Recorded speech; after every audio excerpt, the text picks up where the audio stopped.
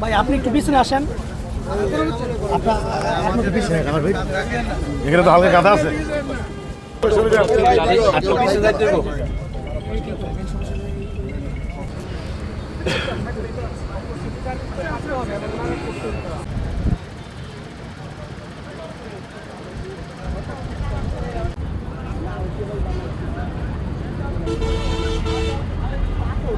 বারোই ফেব্রুয়ারি আমাদের বর্তমান সম্মানিত মাননীয় প্রাইম মিনিস্টার জনাব তারেক রহমান তিনি ঢাকাকে যানজট মুক্ত করার জন্য সমন্বিত বিভিন্ন ধরনের উদ্যোগ গ্রহণ করেছেন।